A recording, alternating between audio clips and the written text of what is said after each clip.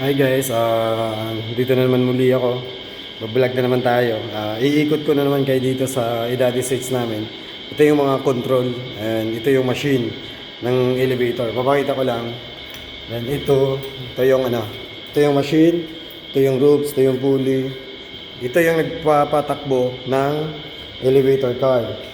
Then, ito naman yung OSG. Yung OSG naman ito, just in case mag-overshoot or over-travel or kung mag-overspeed, ito siya ang safety gear. Kaya, ang elevator guys, napaka-safe. Huwag kayong matakot sumakay. Kung ano mang nakikita nyo sa mga palabas, ito ay hindi.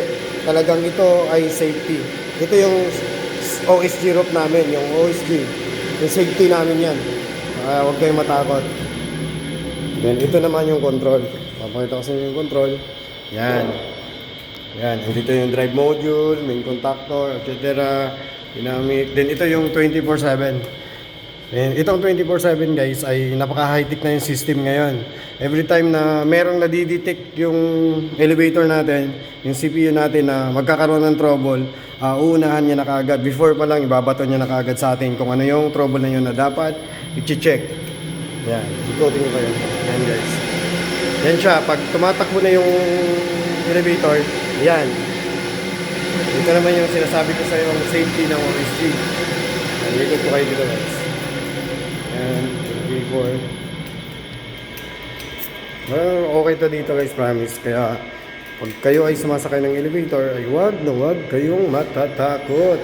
Dahil napaka-safe nito. Ito naman ang sinasabi ng ERD, Emergency Recall Drive. Ito naman, ang trabaho po nito guys ay pag halimbawa nag-run out, syempre pag nag-run out, titigil yung machine natin, then walang supply.